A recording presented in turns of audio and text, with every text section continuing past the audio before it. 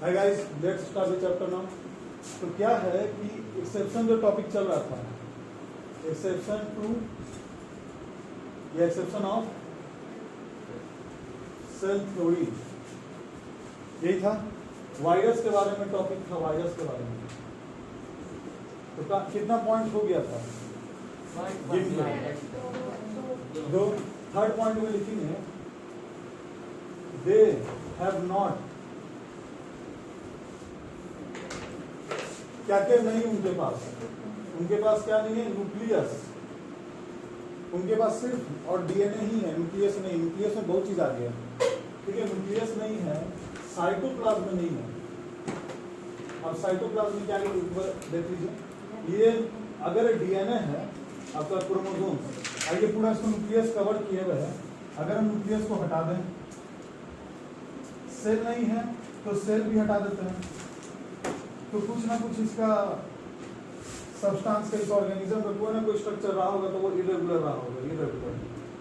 Irregular structure है। Cytoplasm नहीं है। क्यों साइटोप्लाज्म नहीं? क्योंकि ये पूरी तरह से कवर नहीं है। साइटोप्लाज्म में रहेगा तो प्लाज्मा मेम्ब्रेन होना चाहिए। प्लाज्मा मेम्ब्रेन के अंदर में जो चीज बाइंड है वो है साइटोप्लाज्म। जेली लाइक फ्लूइड, जिसमें जेली लाइक फ्लूइड ऐसा कुछ भी नहीं है, ये बस एक वायरस है। तो इसमें क्या होगा? ना सेल है, ना सेल का कैरेक्टरिस्टिक्स है, न्यूक्लियस नहीं है, साइटोप्लाज्म नहीं है, एंड एंजाइम्स नहीं है। यानी अगर खाना खाएगा तो उसको पचा नहीं सकता, एंजाइम्स नहीं है। एक खाली बॉक्स में समझो कि इंस्ट्रक्शन मैनुअल है। ये है बिल्कुल से वायरस के बारे में। अब इसके बाद एक अनदर इसमें पॉइंट लिखेंगे, fourth point, they can not reproduce. वो रिप्रोड्यूस नहीं कर सकते हैं या डिवीजन नहीं कर सकते हैं, हम अपने आप को मल्टीपल नहीं कर सकते हैं। और मल्टीपल, इसको भी ऐसे लिख सकते हैं, और उसमें लिखा है कि दे कैन नॉट रिप्रोड्यूस, और मल्टीपल, अपने आप को मल्टीपल नहीं कर सकते हैं आउटसाइड द लिविंग ऑर्गेनिज्म। अपने लिविंग ऑर्गेनिज्म, जैसे कि किसी में वायरस चला गया तो वायरस लिविंग ऑर्गेनिज्म में जाते ही, जब तक सेल, अगर ये सेल है, ये न्यूक्लियस है, तो यहाँ पे समझ लो वायरस है, ऐसा वायरस होता है, और ऐसा सर्कल मार दो उसमें, ऐसा वायरस है। ये वायरस जब इसमें बैठेगा तो ये जो पॉइंट है 2, यहाँ से अपना प्रोटीन छोड़ देगा इसमें। सेल समझेगा कि प्रोटीन बड़ी दे रहा है, यहाँ पे चिपके रहेगा, इसको पता चला कोई अजनबी प्रोटीन है, उसके बाद इसको क्लीन करता है। इस तरीके से वायरस जो है मर गया बॉडी में आते ही। लेकिन क्या होता है कि वायरस नहीं मर रहा है, उसको बताएंगे बाद में। तो ये जो सेल है तुम्हारा, तो सेल के अंदर अगर ये चला गया, कौन? वायरस चला गया, तब जाके इसके न्यूक्लियस पर अटैक करता है। इसके न्यूक्लियस में अटैक करके डीएनए को अल्टर करके यहाँ पर रिप्रोड्यूस करने लगता है, और इसी सेल को अपना टैंक बना लेता है। आर्मी का टैंक बना लिया, और इसी से सबको शूट करने लग जाता है, सब सेल को बर्बाद करने लग जाता है। अब इसमें लिखेंगे कैसे? Multiple outside the living organism, outside the living organism.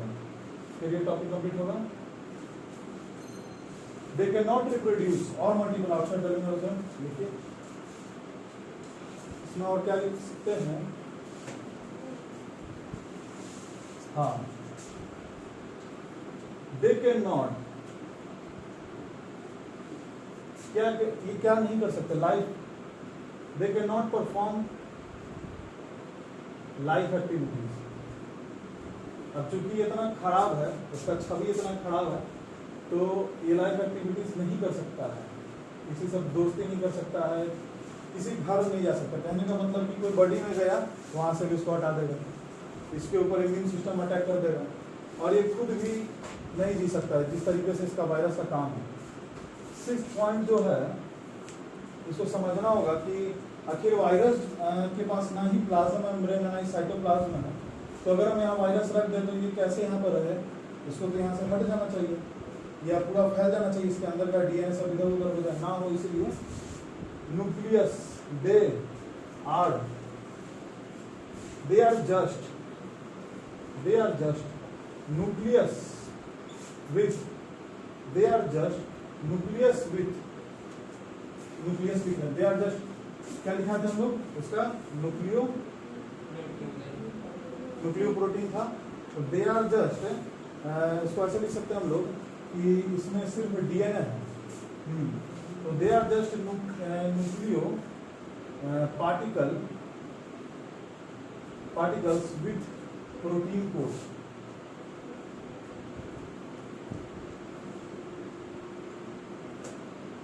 Protein coated यानी प्रोटीन चारों तरफ इसके ऊपर फैला है और ये न्यूक्लियो है, तभी किसी सेल में जाता है वही प्रोटीन छोड़ता है, जिस वजह से उसको वो अंदर आने देता है। पहले प्रोटीन देगा तभी अंदर आएगा।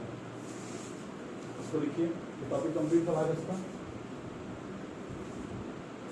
अभी क्लास 9th लेवल तक अभी तो नहीं बताना है, तो हम भी थोड़ा सा कम किया है, नहीं तो इससे ज़्यादा लिखने से कोई फायदा नहीं है। इतना एग्जाम में जरूर आएगा। अच्छा, स्कूल के एग्जाम में एनसीईआरटी से अब नहीं पूछेगा, एनसीईआरटी राम जी के समय पर वो बहुत पूछेगा, तो बहुत अच्छा है, बहुत खुशी से कि अगर पूछ दिया तो ठीक है। बाई लक एनसीईआरटी बहुत सिंपल है, अगर ध्यान से देखो पिछले से 1 क्लास से तुम पढ़ते पढ़ते जाओ समझो एनसीईआरटी बहुत स्लो, बहुत ही आसान है, लेकिन टू दी पॉइंट उसको पढ़ना जरूरी है।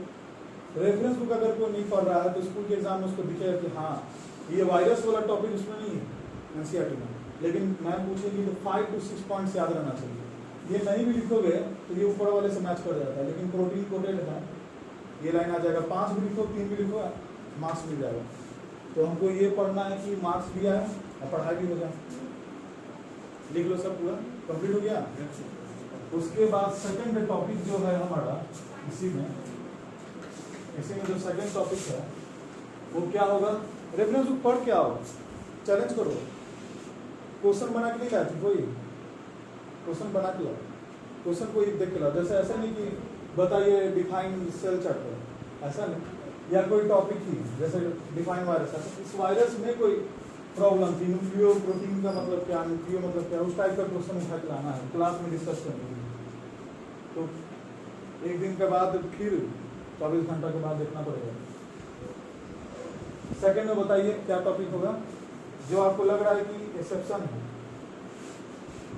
तो अच्छा लिखते हैं बैक्टीरिया में, बैक्टीरिया के बारे में बताए थे, बैक्टीरिया एंड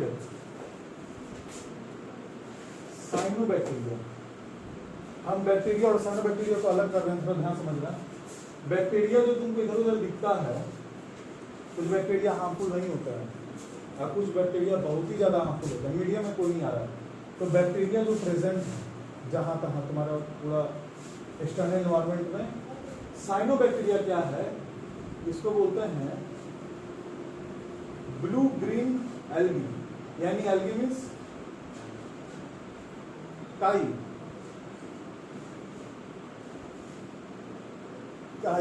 ठीक है। ब्लू ग्रीन एल्गी, जैसे आप ओशन में जाओगे तो वहाँ पे जो आपको पत्थर मिल रहा है, पत्थर नहीं होता है, उसको अगर आप झाड़ोगे, आर्कियोलॉजी जो करते हैं, तो डूबा हुआ जहाज है या कोई गोल्ड कॉइन है, उसके ऊपर पूरा ये जम जाता है साइनोबैक्टीरिया। ये ब्लू होता है, ब्लू ग्रीन होता है काई की तरह। तो तुमको लगे एक सेंटर की लकड़ी है कि लोहा है कि कोई मेटल में जंग लग गया, जब उसको तुम पॉलिश करोगे या ब्लोअर से, ओशन में ब्लोअर डाल के हटाओगे, तो ये तुमको साइनोबैक्टीरिया चट्टान की तरह लगेगा दिखने में, क्योंकि पूरी तरीके से खा जाता है और उस सब्सटेंस पे कब्जा बना लेता है। कौन? साइनोबैक्टीरिया। साइनो मतलब, साइनो का मतलब होता है blue, blue bacteria. Cyanobacteria means blue bacteria, exam में आएगा इसलिए बता रहे हैं। बैक्टीरिया नॉर्मल बैक्टीरिया के मार्क्स थोड़ा, अब इसको कंपेयर करना हमको सेल थ्योरी, क्या बैक्टीरिया है क्या नहीं उससे मतलब नहीं है। सेल थ्योरी में ये कैसे बैठ नहीं रहा, सेल थ्योरी में एक्सेप्शन है। जैसे अभी सेल थ्योरी में हम क्या पढ़े हैं कि all living organisms composed of cells. Virus में तो सेल नहीं, सेल जैसा भी नहीं है, ये भी सेल नहीं है, तो ये क्या है, तो ये तो सेल जैसा तो है, कुछ फंक्शन करता है। तो बैक्टीरिया को समझो कि एक बड़ा सा घर है, बड़ा सा घर है बैक्टीरिया, जिसके पास सब कुछ फंक्शन करने का है, उसका साइज बड़ा है वायरस से। तो इसमें फर्स्ट पॉइंट लिखे सब मिटा दें। फर्स्ट पॉइंट हम लोग इसमें जो लिखेंगे, first point, they are not true cell, they are not true cell. Bacteria का, हाँ बैक्टीरिया का है, बैक्टीरिया का they are not true cell. हाँ अब सही है, देखना कि वो इधर ना हो जाए, फिर मैं आपको बता देना। They are not true cells, true cells नहीं है। सेल्स दिखते कैसा, अभी तक हम बोले बनाए नहीं है, लेकिन एक जो बनाए थे गोल सा, वो समझो कि इसमें ऐसा नहीं होता है, ये ट्रू सेल नहीं है। सेल है लेकिन पूरा कंप्लीट वेल डिफाइंड सेल नहीं है, वेल डिफाइंड सेल नहीं है। तो लिखेंगे कैसे, नॉट वेल डिफाइंड सेल, बस।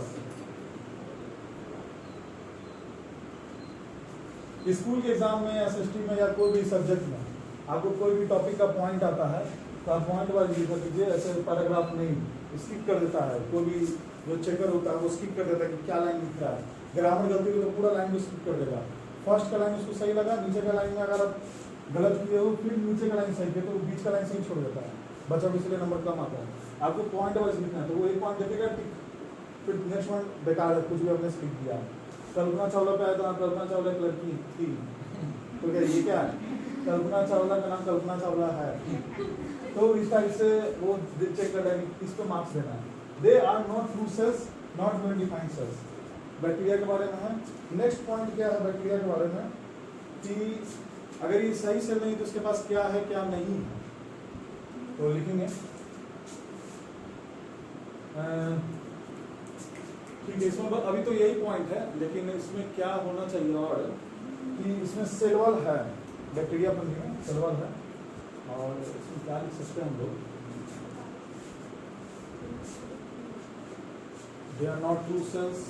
यहाँ तक लिख लिए, यहाँ तक लिखो, पॉज करने से हो गया। Next point, they have not, जो इंपॉर्टेंट पॉइंट है जिसको इस पे नंबर मिलेगा, they have not nuclear membrane. अब मेम्ब्रेन मतलब न्यूक्लियस का परत नहीं है, न्यूक्लियस के आसपास परत नहीं, तो दे have not nuclear membrane. And अभी इतना लिखिए, दे हैव नॉट न्यूक्लियर मेम्ब्रेन,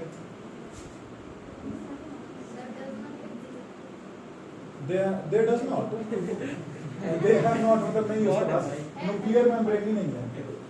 जैसे पूरा अभी बताएंगे एनिमल सेल का, तो उसमें आएगा कि न्यूक्लियर मेम्ब्रेन क्या होता है, लिख लिए, मिटा दें। इसी में नेक्स्ट पॉइंट बढ़ता है, लास्ट पॉइंट है थर्ड वाला, ये नहीं है, इसका नहीं है, इसका है। बैक्टीरिया वाला पॉइंट खत्म, ये आपका इतना ही आएगा, बस इतना नहीं भी आएगा, ये तो मैं एक्स्ट्रा बता रहा, लेकिन देखिए नेक्स्ट पॉइंट है some, next topic some mould, MOULD, mould fungi. Fungi के बारे में सुने हैं आप लोग, ब्रेड मोल्ड में फंगी रहता है और दिखता कैसा है, ऐसा, ठीक है। इसके ऊपर स्पोर्स होते हैं, अगर तुम देखो हवा आएगा तो ये स्पोर्स उड़ जाएगा, इसी में स्पर्म होता है और ये सीधे किसी पे जाके कॉर्डन होता है ओवम में, देन ये वहां पे जाके जन्म लेते हैं। तो सम मोल्ड फंगी में कुछ नहीं है, इसका भी एक पॉइंट है कि दे आर असेलुलर, यानी कि सेलुलर ही नहीं है। सेल कैसा होता है, वो रिया सेलुलर है, ठीक है, दे आर असेलुलर। इसको लिखिए, बस इसमें ये लाइन है, एक ही लाइन था, दे आर असेलुलर। अच्छा, ये इसको बहुत बड़ा लिखा जा सकता था, लेकिन इस सेल थ्योरी पे लिखा जा रहा है। अब मिला कि सेल थ्योरी में क्या है, सभी सेल होते हैं, इसमें सेल नहीं है, न्यूक्लियर मेम्ब्रेन नहीं है। अब आगे तुम्हारा सम मोल्ड, अच्छा बैक्टीरिया में न्यूक्लियर मेम्ब्रेन या होल न्यूक्लियस, होल न्यूक्लियस ही नहीं है, they are not whole nucleus. अभी बैक्टीरिया का डायग्राम बनेंगे तो उसमें हम लोग को याद आएगा कि क्या क्या होगा और क्या क्या नहीं होगा, ऐसे बहुत सारी चीज नहीं है। अच्छा, और भी लिख लो, थर्ड 3 पॉइंट पे ही ना नंबर मिलता है, तो लिख लो, और they have not cell organelles. हम ये नहीं लिखा रहे थे क्योंकि बड़ा हो जा रहा था, लेकिन चलो 3 पॉइंट लिखना जरूरी है, तभी नंबर मिलेगा। They have not cell organelles, उसके पास सेल के पार्ट्स नहीं है, हाथ पैर नहीं है सेल का, उसका अंदर में भी वेल डिफाइंड नहीं होता, बहुत ज्यादा, बहुत कम है। अब बताएंगे कौन से सेल ऑर्गेनल्स नहीं है, तो मेम्ब्रेन बाउंड सेल ऑर्गेनल्स नहीं है, ये बताना बहुत जरूरी है। बैक्टीरिया में अभी बनाएंगे डायग्राम तो देखेंगे कि बैक्टीरिया तो बहुत कुछ है, बहुत कुछ है, तो आप सेल ऑर्गेनल्स क्यों लिखिए कि नहीं है एकदम से, तो मेम्ब्रेन बाउंड सेल ऑर्गेनल्स नहीं है, यानी कि मेम्ब्रेन बाउंड मतलब क्या होता है कि कोई घर खरीदा और उसका अभी तक नपैया बाउंड्री नहीं हुआ है, जमीन खरीदा, तो वो मेम्ब्रेन बाउंड नहीं है। अब घर बनाते हो तो एक बाउंड्री बना लेते हो कि भैया तुम्हारा इतना तक घर होगा, मेरा इतना तक घर है, बाउंड्री इतना ही, इसमें मत आना तो गेट से तीन बंद बजा। तो ये मेम्ब्रेन होना चाहिए, मेम्ब्रेन हो गया, मेम्ब्रेन बाउंड हो गया। और सेल ऑर्गेनल्स, यानी कि सेल ऑर्गेनल्स का जैसे माइटोकॉन्ड्रिया, तो उसका मेम्ब्रेन बाउंड है, उसका कोई प्रोटीन बाहर नहीं जाएगा। ठीक है, इस टाइप से वेरी क्लियर। अब इसको मिटा रहे हैं, पॉज कर दो, मिटा। तो इसमें न्यूक्लियस नहीं है, तो क्या है, इंस्टेड ऑफ, लिखेंगे इंस्टेड ऑफ न्यूक्लियस, यानी इंस्टेड का मतलब जबकि, इंस्टेड का मतलब क्या बोले, जबकि, जबकि, इंस्टेड ऑफ न्यूक्लियोइड। अभी न्यूक्लियोइड क्या ऐसी केमिकल है, अभी न्यूक्लियस और न्यूक्लियोइड में अंतर बताएंगे कि इसमें बस आपका डीएनए है, जैसे बहुत सारा न्यूक्लियस का पूरा ये नहीं, न्यूक्लियस अब पढ़ाएंगे तो पूरा डिटेल में चलेंगे। चलो पॉज कर दो क्या, और इंस्टेड कोई। तो नेक्स्ट टॉपिक है इसमें, टॉपिक नंबर कौन सा हो गया ये, 4। टॉपिक याद रखना है, सेल नंबर और शेप एंड साइज। अब समझिए, किसी के पास एक सेल है, वो अपना सारा लाइफ का एक्टिविटी कर ले रहा है, किसी के पास अनेकों सेल है, तो वो लाइफ एक्टिविटी कर रहा है लेकिन सेम कर रहा है। दोनों के लाइफ एक्टिविटी में फंक्शन और स्ट्रक्चर में चेंजेस है, फंक्शन सेम, उसको भी खाना चाहिए। वन सेल है जिसके पास, आज जिसका बिलियन सेल है, मिलियन सेल है, उसको भी खाना चाहिए। और अंदर में जितने भी सेल है उस वहां तक ग्लूकोज, कार्बोहाइड्रेट वहां तक पहुंचना चाहिए। तो सेल नंबर एंड सेल में पहला जो टॉपिक है यूनिसेलुलर, यूनिसेलुलर रेफरेंस बुक होता है आप लोग के पास, तो जहां तक पढ़ा रहे हैं वहां तक मैच किए थे, मिलता है आपको कोई भी बुक है जो है तो ठीक है वही, नहीं तो सृजन, और उससे वहां तक आपको पढ़ लेना है, वहां से क्वेश्चन खींच के लाना मेरे लिए, या तो क्लास में डिस्कस करने के लिए, वही क्वेश्चन सबसे पूछेंगे। तो यूनिसेलुलर बताइए क्या है, यूनि मीन्स सिंगल, सही है। Cellular means related to cell, यानी single cell, contain single cell, एक मात्र सेल। अब इसमें पहला पॉइंट क्या होना चाहिए, कि they are unicellular because they are single, हम लोग की तरह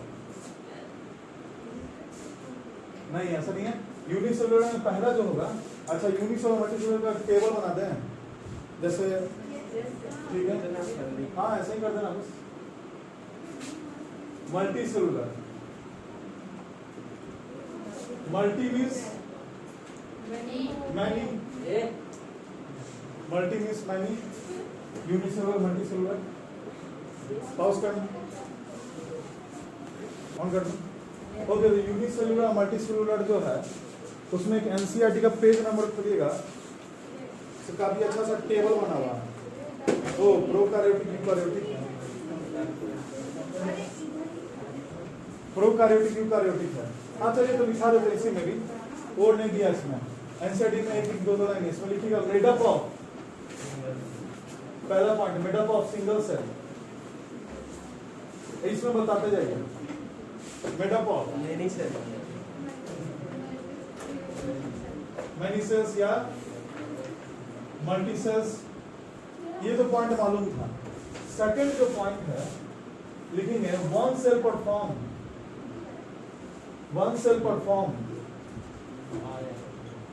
all life activities,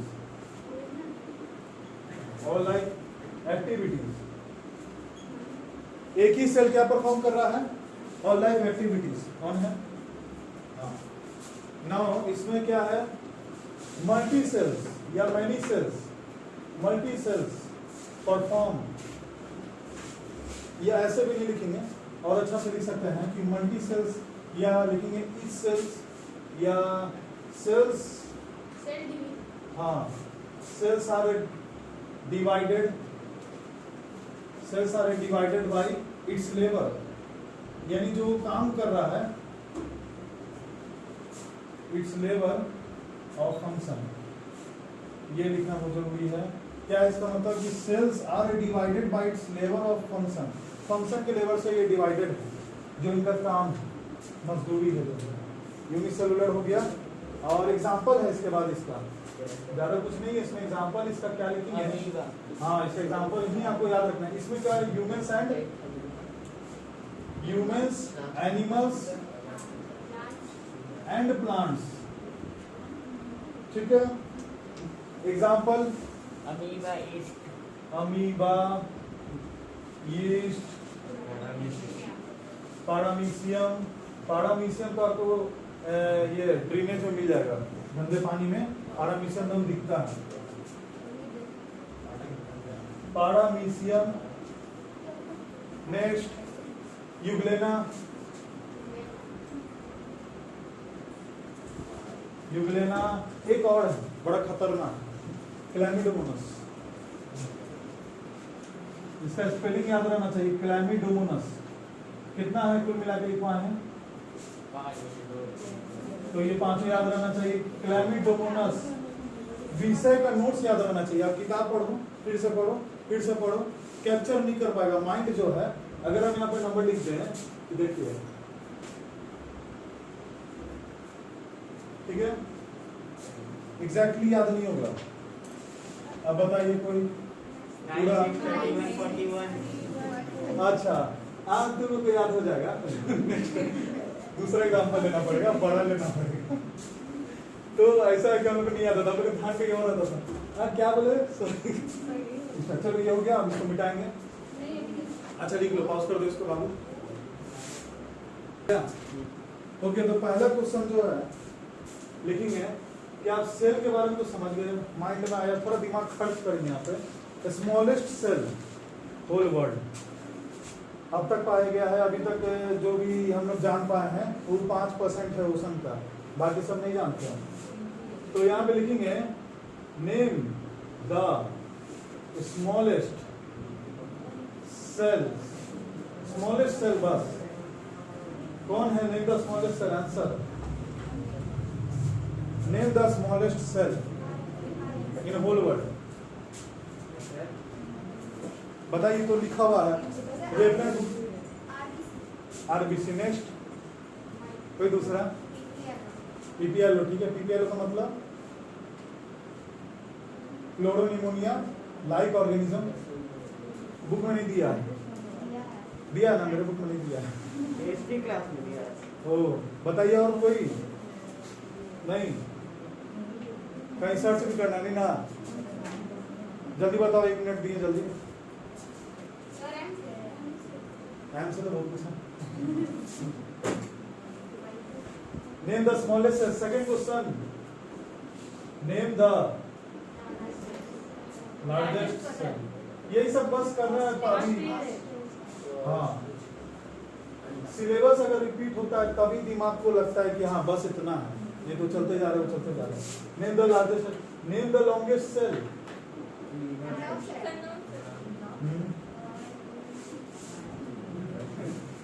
इसका आंसर बताना है यहाँ पे। और question number 4, name the smallest हो गया। हाँ ठीक है, प्लांट सेल में बताइए, name the largest plant cell.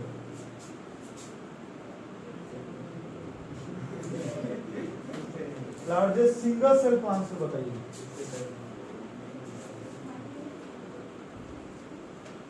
Single cell plant cell,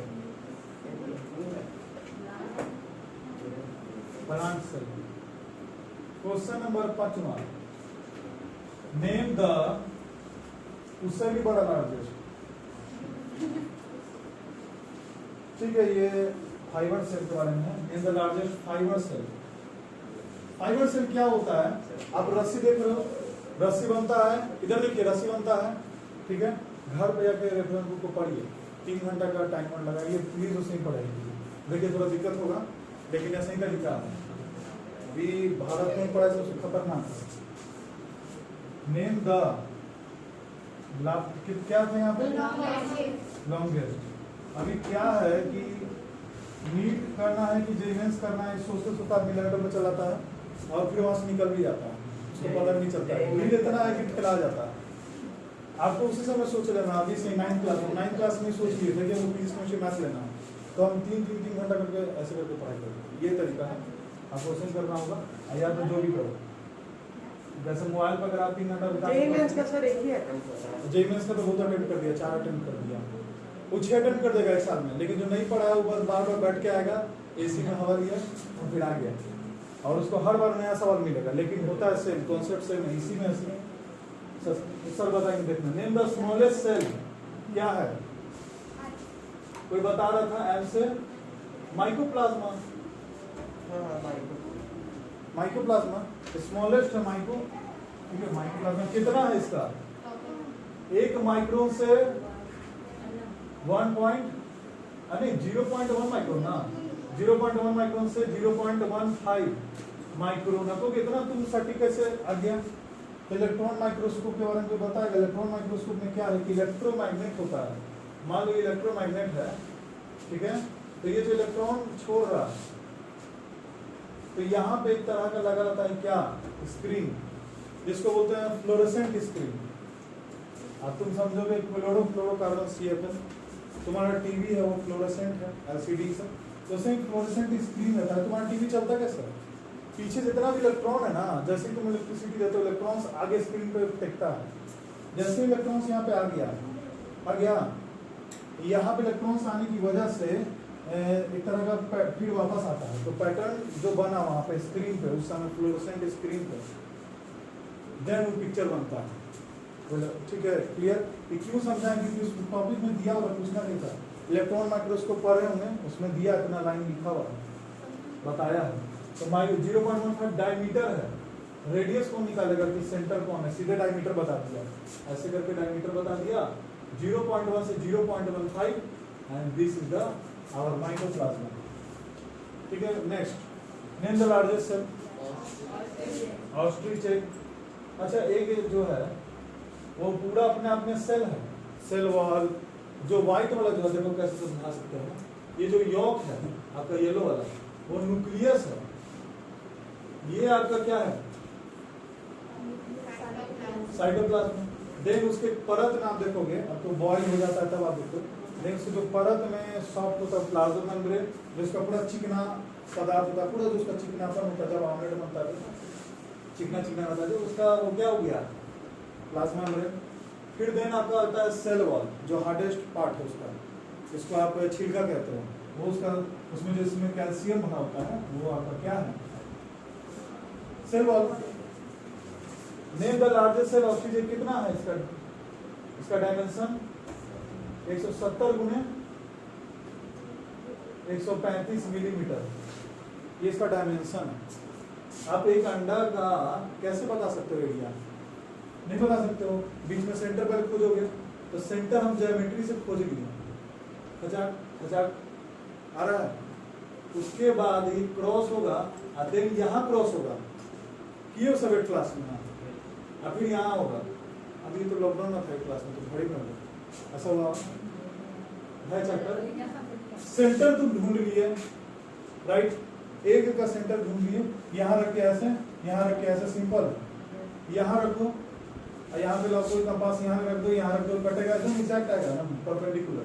ये जो परपेंडिकुलर यहाँ आया, इसके बाद ये जो रेडियस है, ये जो लंबाई, ये 170 मिलीमीटर बता रहा है, और ये 135 मिलीमीटर बता रहा है, इसको 10 से डिवाइड कर दो, तो कितना सेंटीमीटर में आ जाएगा, इतना बड़ा ऑस्ट्रिच का एग है। चलो हो गया। Next, name the largest cell, nerve cell. ये चैप्टर बहुत बड़ा है, अगर डिटेल में पढ़ा है रेफरेंस बुक से, एनसीईआरटी से पढ़ाएंगे तो में कंप्लीट ऑन है। यस सर, ठीक है। नर्व सेल कितना है लंबा उसका, 1 मीटर की 30 centimetre, right, 1 metre long, 30 centimetre या 1 मीटर, हाँ 1 मीटर लॉन्ग। चलो ये हो गया। सिंगल सेल प्लांट सेल का बताइए इसका, एक्टा बुलेरिया, ठीक है। Name the largest fibre cell, कौन है, इसका अजीब सा नाम है, हाँ मनीला हैंड, HA है हैंड। अभी क्या है, बैग जो बनता है या बहुत सारे काम में जो फाइबर आता है, इसी का मनीला हैंड का, इसका बीच में फेमस हो गया था ये, अभी इसका कम बैग बनने में, जैसे यही बनाना है तो पहले हाँ जो चटाई बनता है मखमल टाइप से, या आपका खटिया, उसका बीच में जो फाइबर लगा होता है दैट्स जूट का या इसका बना होता है। चलो इसको पॉज कर दो, टॉपिक यहीं तक था।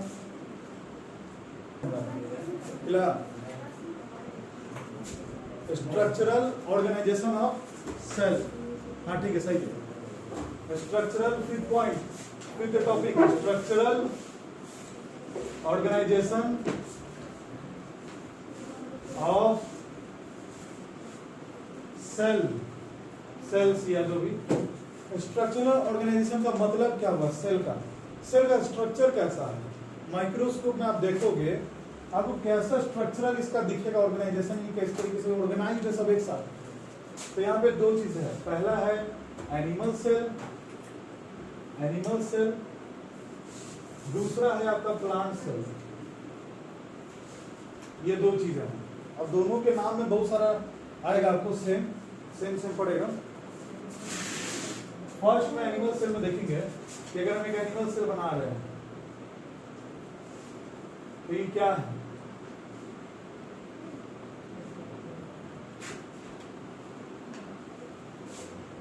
सिंपल बनाना है, ज्यादा हार्ड नहीं।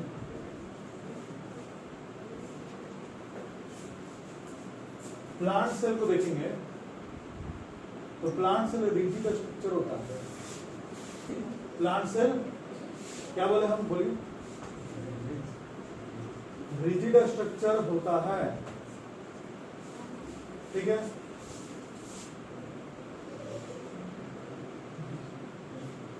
नाइस। ये है माइक्रोविली।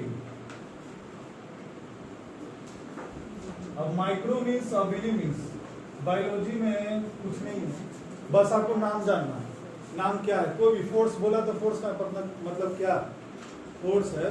फोर्स का मतलब क्या है? पुश और पुल फोर्स, ठीक है। या फोर्स कोई अपने से भी लगा रहे, ये भी हो सकता है, तुम अपने से लगा रहे हो, ये भी हो सकता है तुम इधर से लगा रहे हो और तुम भी को खींच रहा है, तुम उसके साथ खींचा रहे हो, देन समझ रहे हो कि हम फोर्स लगा रहे हैं। तो नाम से ही पूरा तुम समझ रहे हो। तो या microvilli means, micro means small, macro means, यहाँ पे आज का वर्ड मीनिंग फिर से, माइक्रो मीन्स स्मॉल और मैक्रो मीन्स, बोलिए, बिग। मैक्रो मॉलिक्यूल्स बड़े मॉलिक्यूल्स, माइक्रो मॉलिक्यूल्स छोटे molecules. Micro villi means intestine में पूरा विली फैला हुआ है, hair like structure, villi hair like structure. बोलना है गलत सही जो भी हो। अच्छा, पढ़ने टाइम जितना भी गलती कर लो, स्कूल के एग्जाम में गलती नहीं करना है। अभी जितना कुछ पूछ लो, दिमाग में चलाओ, दिमाग चलो, इसलिए हम रुकते हैं। हेयर लाइक स्ट्रक्चर माइक्रोविली, किसका लाइक? फिंगर लाइक या हेयर लाइक? बाल लाइक, हेयर लाइक स्ट्रक्चर। असल में बाल नहीं, इसलिए फिंगर लाइक, चलो ये भी सही है। फिंगर लाइक स्ट्रक्चर, लगता है कि इसका फिंगर लिख लिए हैं, okay. Finger like structure microvilli, कल ये बनाइए डायग्राम, बनाते नहीं बनाते। उसके बाद आइएगा तो आपको क्या मिलेगा भाई? ये क्या है? ये है आपका, देखिएगा, सेल मेम्ब्रेन। बताए थे एनिमल सेल में क्या नहीं है, क्या जरूरत ही नहीं सेल वॉल का। सेल वॉल है ना, तो एक सेल इधर से उधर होगा नहीं, टच से मस एक जगह रिजिड रहेगा। इसको रिजिड चाहिए, पेड़ रहे, एक छोटे से बीज से जर्मिनेशन होते होते होते होते पूरा वो स्टेम से पकड़ते प्लांट से होते पेड़ बन जाता है, और उसको रिजिड सपोर्ट चाहिए। और देखो कि बहुत लंबा पेड़ है तो उसका नीचे का बेस मोटा हो जाता है, स्ट्रांग हो जाता है, वाइड हो जाता है। तो ये सेल जब तक स्ट्रांग नहीं होगा, नीचे का सेल ज्यादा स्ट्रांग नहीं है, सेल वॉल नहीं है, तो दिक्कत है। सेल वॉल, ये सेल मेम्ब्रेन है, सॉरी सेल मेम्ब्रेन। और कोई मार्कर है black? Cell membrane, cell membrane यहाँ पर है। अब आपका आएगा यहाँ पर भी सेल मेम्ब्रेन है ना। ऐसे करके पढ़ना है, ऐसे करके पढ़ना है, सेल मेम्ब्रेन दोनों में। ये है सेल वॉल। अच्छा, एक और चीज बायोलॉजी में, एक और चीज, प्रैक्टिकल कॉपी अगर कोचिंग का बनाते तो ज्यादा खुशी होगा। और एक और चीज क्या है, स्कूल में प्रैक्टिकल कॉपी बनाई, कोचिंग का चलेगा। आपको राइट साइड में डायग्राम का नाम लिखना है, डायग्राम का राइट साइड में जाना, सब कुछ डायग्राम है राइट साइड में कुछ लिखना है। या तो बोर्ड है तो मैं समझा रहे हैं, इधर उधर लिख देंगे, लेकिन आप डायग्राम बनाए कॉपी में तो एक डायग्राम के राइट साइड में सब कुछ लिखेगा, लेफ्ट राइट नहीं लिखेगा, गलत हो जाएगा, सिर्फ राइट में, ठीक है। आंसर लिखते भी हैं। Okay nice. नेक्स्ट में अब आता है क्या, न्यूक्लियस, है ना, बताइए न्यूक्लियस। न्यूक्लियस है,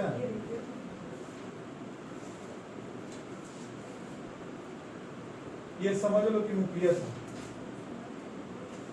समझ गए, न्यूक्लियस है। इसका न्यूक्लियस साइड में है, ये बेचारा का न्यूक्लियस कहां पर है, साइड में, साइड में। बीच में क्या है, चल नहीं रहा, ब्लू से चलाना। नेक्स्ट में देखिएगा यहाँ पे, हाँ आप सही, ठीक है। अभी नाम बताएंगे इसका, लेट हो रहा ना, नहीं सर, जल्दी। ये न्यूक्लियस का न्यूक्लियोलस है इसमें,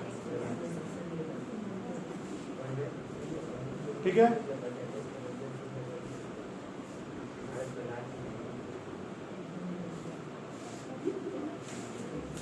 कल चैप्टर कंप्लीट हो सकता है, कल के बाद परसों।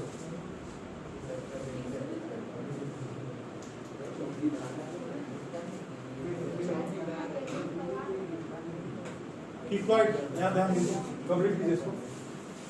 इसमें और कोई बताइए डायग्राम, इसमें पार्ट्स आपको मालूम होगा। माइटोकॉन्ड्रिया,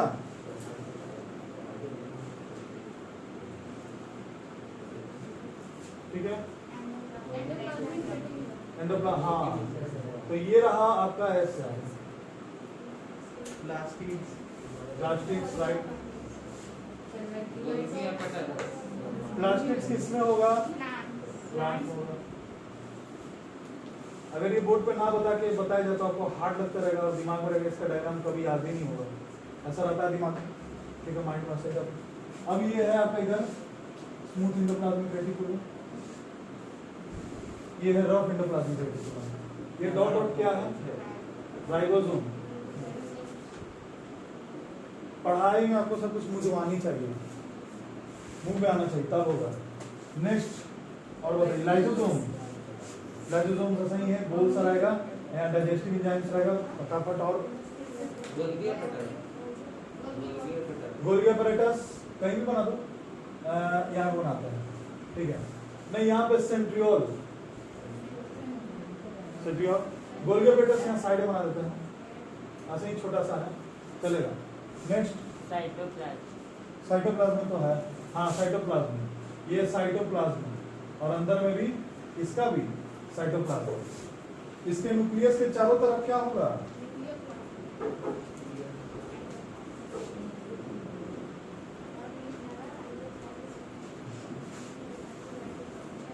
ये आपका स्मूथ एंडोप्लाज्मिक रेटिकुलम।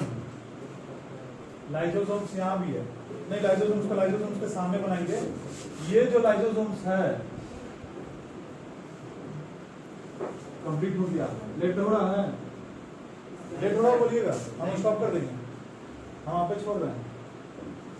लाइसोसोम्स, फिर बताइए ये सेंट्रियोल दोनों में होगा ना, सेंट्रियोल तो दोनों में है भाई, सेंट्रियोल, सेंट्रियोल में सिर्फ प्रोटीन भरा होता है, यहाँ पे हिंदी में लिखेंगे सिर्फ प्रोटीन भरे होते हैं। किसमें भरे होते हैं, ऊपर के क्लास हो गया, होते हैं, सिर्फ प्रोटीन भरे होते हैं सेंट्रियोल में। फटाफट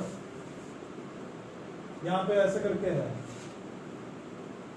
पिलो लाइक स्ट्रक्चर सेंट्रियोल का। ये सेंट्रल वैक्यूल है जो उसमें नहीं है, उसमें काम भी नहीं है।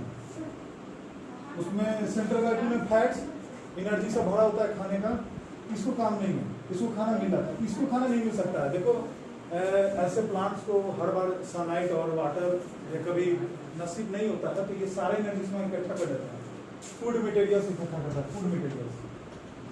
माइटोकॉन्ड्रिया बन चुका है, माइटोकॉन्ड्रिया।